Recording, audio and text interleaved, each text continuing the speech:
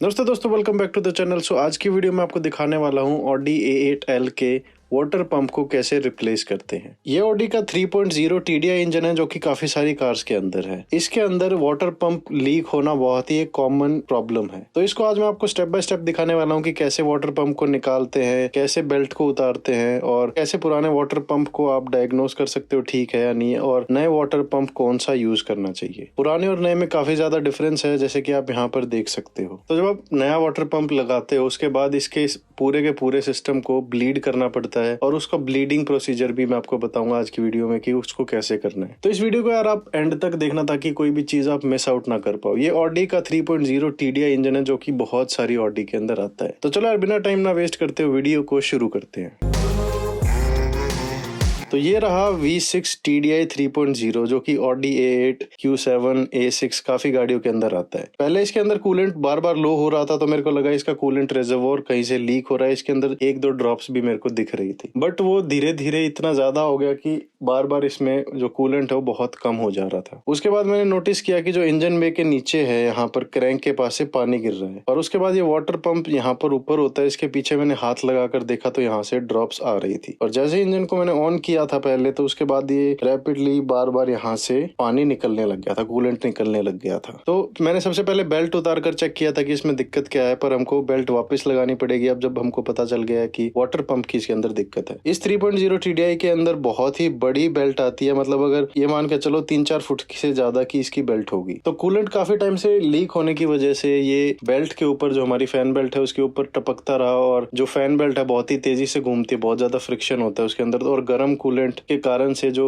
उसकी रबर के पीसेस होते हैं, वो जो हमारे टेंशनर होता है या पुली होती है उसके ऊपर यहाँ पर देख सकते हो चिपका हुआ है, और ये सारे हमको साफ करना पड़ेगा, और बेल्ट भी हमको चेंज करनी पड़ेगी, क्योंकि आई डोंट थिंक कि हमको ये बेल्ट यूज करनी चाहिए। ऑल्दो ये बेल्ट वैसे ही ठीक थी, बट इमरजेंसी के लिए आप लगा सकते हो, के पास नई बेल्ट है और लगा सकते हो आप नई बेल्ट, तो आई वुड रेकमेंड नई बेल्ट को लगाओ। उससे पहले हमको इन सबको ही साफ करना पड़ेगा नई बेल्ट को लगाने से पहले। और देख सकते हो जैसे कि ये है ब्लैक कलर की ऑडी A8L। यहाँ पर आप देख सकते हैं सेंटर में इसका ये रहा V6 इंजन। कूलेंट रेजर्वायर में मैं आपको दिखाऊं, फिलहाल बिल्कुल भी कूलेंट नहीं है। मैंने इसको अभी ही टॉप अप किया था और इंजन ऑन किया था, और इस बात को सिर्फ 5 मिनट हुए, और देख सकते हो यहाँ पर कूलेंट बिल्कुल भी दिख नहीं रहा है। पहले मेरे को लगा था कि कूलेंट रेजर्वायर लीक हो सकता है, बट उसके बाद मैंने चेक किया तो वाटर पंप लीक मिला। तो कूलेंट कैप को वापस लगा देते हैं, और यहाँ पर नीचे देखते हैं अभी भी इसके अंदर से हल्का हल्का लीक हो रहा है। तो मैं बेल्ट वापस लगा देता हूँ, और ये बेल्ट को आप वो बहुत ध्यान से इसकी फोटो वगैरह ले लेना जब इसको निकालो, क्योंकि इसके अंदर बहुत सारी पुली हैं, तो इसको बेल्ट को चढ़ाने में बहुत टाइम लगता है। बट मैंने फोटो वगैरह क्लिक कर ली थी और एक दो बार उतारी तो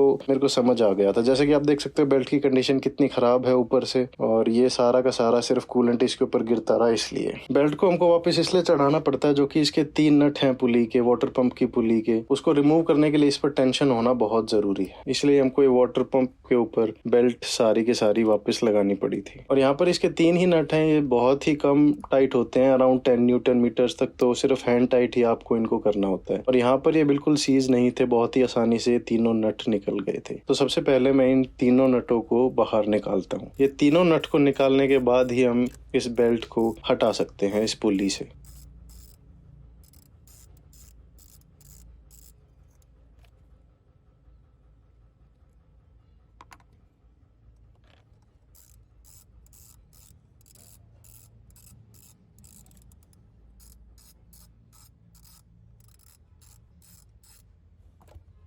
और आखिरी बोल्ट रह गया, और अब इस आखिरी बोल्ट को भी मैं आसानी से यहाँ से निकाल देता हूँ। कई बार ये बोल्ट रस्टेड होते हैं तो इस आसानी से निकलते नहीं। रैचेट लगाता हूँ और अब ऐसे हम इसके फैन बेल्ट को उतार सकते हैं।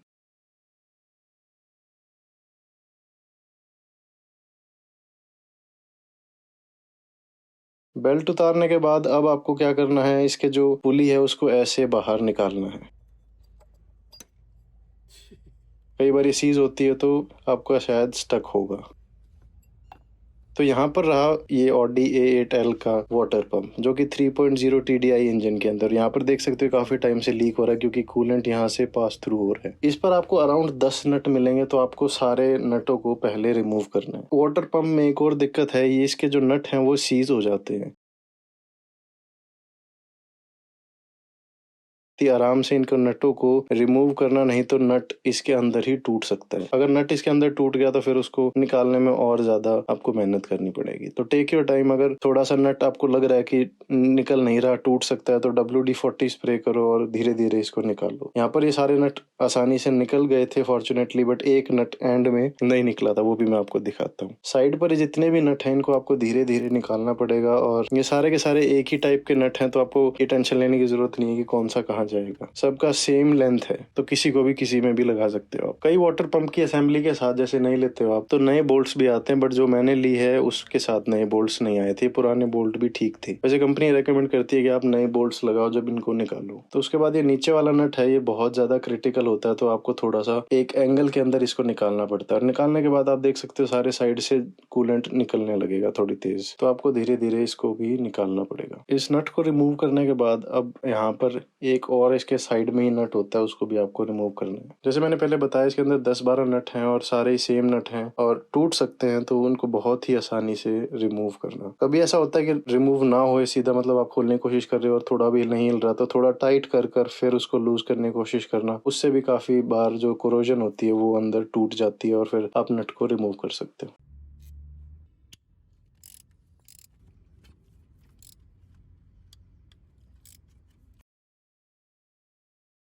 उसके बाद जो ये लास्ट वाला नट था, ये बहुत ही ज्यादा सीज था, इसको मैं खोल नहीं पाया था। उसके बाद मैं आपको दिखाता हूँ इसका फेस, जो कि थोड़ा सा खराब हो गया था बार बार लगाने के बाद, तो मैंने इसके ऊपर थोड़ा बड़ा टॉर्क्स बिट लगाकर फिर इसको रिमूव किया था।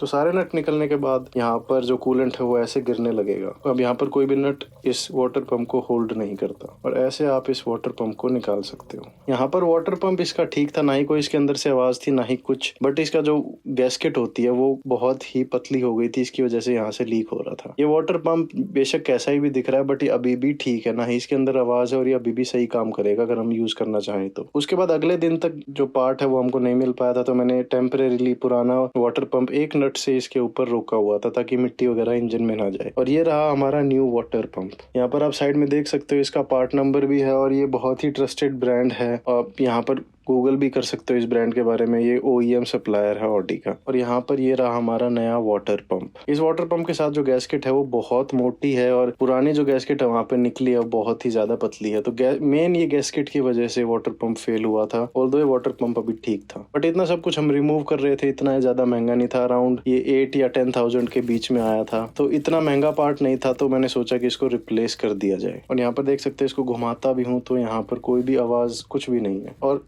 बिल्कुल ही सेम पुराना जो वाटर पंप है उसमें भी कोई आवाज या कुछ नहीं थी, तो उसको भी हम यूज कर सकते हैं टेक्निकली। बट आई प्रेफर कि अब इतना सब कुछ खोल रहे हो तो आप नया वाटर पंप यूज करो, ये इवेंचुअली फेल होगा। तो यहाँ पर आप जो ग्रीन ग्रीन देख रहे हो सारे के इंजन के अंदर, ये सारा के सारा कूलेंट जो बेल्ट पर गिर रहा था, और बेल्ट जो तेजी से घूम रही थी उसके कारण से सारे इंजन बे पर ये सफेद सफेद भी जो आप ऊपर देख रहे हो, सारा सारा कूलेंट है, कूलेंट और पानी मिक्सचर आई मीन। तो जैसे जैसे बेल्ट घूम रही थी, ये सारे के सारे जो कूलेंट बेल्ट पर टपक रहा था सारे इंजन में घूम गया था। इसी वजह से जो बेल्ट के टुकड़े आपको यहाँ पर दिख रहे हैं पुली पर। तो ये रहा पुराना और नया वाटर पंप, और ये बिल्कुल आइडेंटिकल है क्योंकि OEM स्पेक का है वाटर पंप नया। उसके बाद आप यहाँ पर देख सकते हो इंजन में जितनी भी पुली थी उनके ऊपर जो रबर के पीस मेल्ट होकर चिपक गए थे, वो सारे के सारे मैंने साफ कर दिए, क्योंकि हम यहाँ पर नई बेल्ट को यूज करेंगे तो वो नई बेल्ट पर कोई दिक्कत ना आए, वो स्मूथली घूम सके, तो इसलिए हमने ये किया है। पुराने पुली पर देख सकते हो यहाँ पर ये कैसे बेल्ट के टुकड़े जो चिपक गए थे, और उसके बाद जो बिफोर आप देख सकते हो यहाँ पर, और आफ्टर में भी आपको दिखा देता हूँ कितने ज्यादा ड्रास्टिक डिफरेंस है यहाँ पर। तो यहाँ पर जो नई बेल्ट है उसमें कोई दिक्कत नहीं आएगी अपने को, और देख सकते हो अब सारी की सारी पुली नीचे से सारी की सारी पुली हमने साफ कर दी है। तो अब हम अपना नया वाटर पंप इंस्टॉल करेंगे।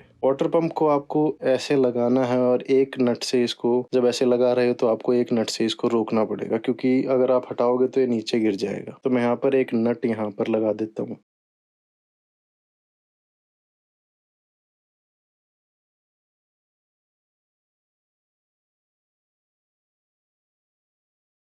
एक नट लगाने के बाद अब आप इसको छोड़ सकते हो, ये नीचे गिरेगा नहीं। उसके बाद आप जितने भी और नट हैं उनको आपको वापस लगाना है। मेक श्योर कि ये जो वाटर पंप है ये अपनी जगह पर हो और आप इसको क्रॉस थ्रेड ना करें। इस वाटर पंप के जो होल्स है नीचे वाले उनके ऊपर मैंने हवा मारी थी ये वाटर पंप लगाने से पहले, क्योंकि वहां पर जो बोल्ट है, बोल्ट के अंदर कूलेंट आ जाता है और कूलेंट की वजह से ये जो बोल्ट है इनको आगे कोरोजन हो सकती है। तो इसलिए जितने भी होल्स हैं इन पर ये नया वाटर पंप लगाने से पहले आपको हवा मारनी है ताकि जो कूलेंट है वो हट जाए। इन नट का torque spec around 12 newton metre है, तो आप हैंड टाइट ही इसको कर सकते हो, ज्यादा टाइट करने की यहाँ पर जरूरत नहीं है। गैस्केट जो है वो अपना काम करेगी और नॉर्मल आपको इसको टाइट करना है। टाइट करने के बाद अब आपको यहाँ पर जो इसकी पुली है वो लगानी है और इसके जो 3 होल हैं, 3 नटों की जो जगह है उसको आराम से अलाइन करना है। देख सकते हो नट अगर हम अभी लगाना चाहेंगे तो लग सकते हैं, बट वो क्रॉस थ्रेड होके वो नट भी खराब हो जाएगा और अंदर की जो यहाँ पर हमारे थ्रेड्स हैं वो भी खराब हो जाएंगे। तो टेक योर टाइम, पुली को आपको प्रॉपर अलाइन करना है जैसे कि मैं यहाँ पर कर रहा हूँ। और अब देख सकते हो अब ये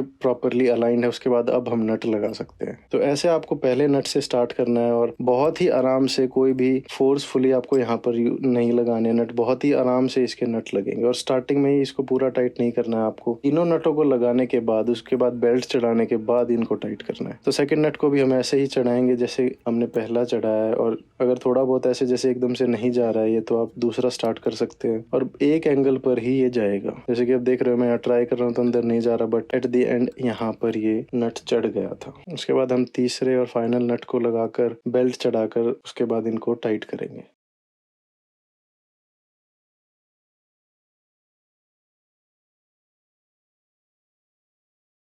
तो ये रही नई बेल्ट जो हम आज इंस्टॉल करने वाले हैं। ये मेड इन जर्मनी है। अब यहाँ पर देख सकते हो पुरानी और नई बेल्ट पे कितना ज्यादा डिफरेंस है। पीछे की साइड है वहां पर कोई राइटिंग दिख नहीं रही है और वहां का जो मटेरियल है वो ऑलमोस्ट सारा का सारा फेड हो चुका है, वो मेल्ट होकर पुलीज पर चिपक गया था। और रबर वाले एरिया से भी नई वाली बेल्ट और पुरानी वाली बेल्ट में काफी ज्यादा डिफरेंस है। तो मैं यहाँ पर नई बेल्ट यूज करूंगा, इसको पुरानी बेल्ट को यूज नहीं करूंगा। तो नई बेल्ट को लगाने से पहले आप देख सकते हो यहाँ से ये बेल्ट ऐसे ऐसे घूमेगी। मैंने एक जगह छोड़ी हुई है, यहाँ से नीचे जाकर इस पुली से और ये इसके ऊपर लग जाएगी। यहाँ पर इसको ऐसे करना है आपको और इस बेल्ट को ऐसे चढ़ा देना है। बेल्ट चढ़ाने के बाद देख सकते हो आप ऐसे ऐसे इसकी राउट होती है बेल्ट, अगर आपको चेक करना है तो। उसके बाद जो हम इसका 3 नट हैं वाटर पंप के पुली के उनको टाइट करते हैं। इनको अगेन 10 न्यूटन मीटर तक टाइट करना होता है, तो बहुत ज्यादा नहीं होता, वो हैंड टाइट ही 10 न्यूटन मीटर होता है। बट तीनों को क्रिस क्रॉस पैटर्न में टाइट करना है, मतलब एक बार ऊपर वाला कर लिया तो फिर कॉर्नर वाला कर लिया, ऐसे तीनों को धीरे धीरे टाइट करना है, एकदम से सीधा फुल टाइट नहीं करना। अब ये फिलहाल नट टाइट है।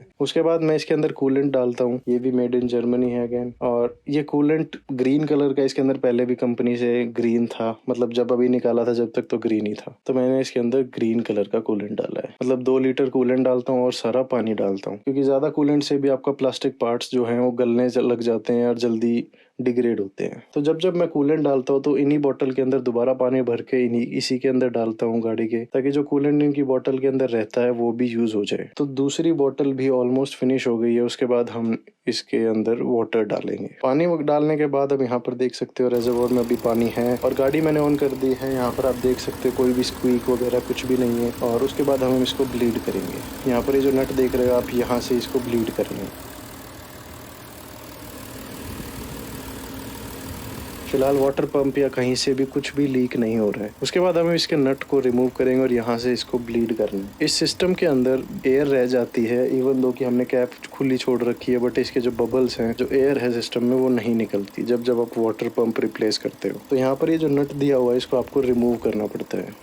और यहाँ से जब कूलेंट प्रॉपर आने लगता है उसका मतलब होता है कि अब सिस्टम के अंदर कोई भी एयर नहीं है। नट को रिमूव करने के बाद देख सकते हो गाड़ी ऑन है और अभी तक यहाँ पर कुछ भी कूलेंट नहीं आया है। इसका मतलब अभी गाड़ी के अंदर बहुत ज्यादा एयर है। और आपको कूलेंट रेजर्वोयर में भी देखते रहना है कि वहाँ पर पानी कम ना हो। अब जैसे देखो यहाँ पर थोड़ा थोड़ा कूलेंट आने लग गया है, बट ये इतना नहीं है कि हम इसके वापस नट को लगा दें। अभी यहाँ पर और थोड़ी देर हमको कूलेंट को रखना पड़ेगा। जैसे आप छोटे छोटे बबल देख रहे हो, ये एयर सिस्टम से निकल रही है। ये ब्लीडिंग प्रोसीजर मुझे ऑडी की वर्कशॉप मैनुअल के अंदर मिला था। और यहाँ पर देख सकते हो धीरे धीरे यहाँ पर अब कूलेंट ज्यादा आ रहा है और बहुत ही बड़े बड़े बबल्स भी आ रहे हैं। इसका मतलब होता है जो कूलेंट के अंदर एयर है सिस्टम के अंदर, वो यहाँ से निकल रही है अभी। तो इस एयर को अभी निकलने देते हैं और एट द एंड में जब यहाँ पर बबल वगैरह नहीं आएंगे उसके बाद हम इसके नट को वापस लगा सकते हैं और ये सिस्टम ब्लीड हो जाएगा। काफी देर के बाद, ऑलमोस्ट 5 मिनट के बाद, यहाँ पर ये नट को मैंने वापस लगा दिया था और वहाँ से रेजर्वोयर में पानी डाल रहा था मैं अभी।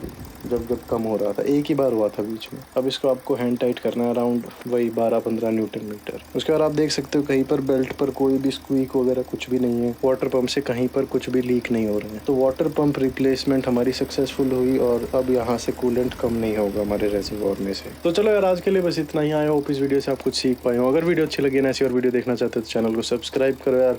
आप लोग ध्यान रखो अपना और अपनी गाड़ियों का, और मिलते हैं अगली वीडियो में। Train years in this lane, there's no stopping this flame. Cause I came to the game and I changed it to play how I like, rearranged it to my own domain. Yeah, I got what it takes, made lots of mistakes, taking shots, skipping breaks, feeling lost, feeling great, popping off, singing straight, never stopped, never changed. All the squad here to play and I've got something to say, yeah. I work hard each and every day, I get lost in the words I say. I don't push pause, no I push play. I won't stop till I make a change. I withdraw on the things I make. I turn flaws into flawless traits. I build tall, never capped in space. I won't stop till I hear him say, oh, oh, la, la, la, la, la.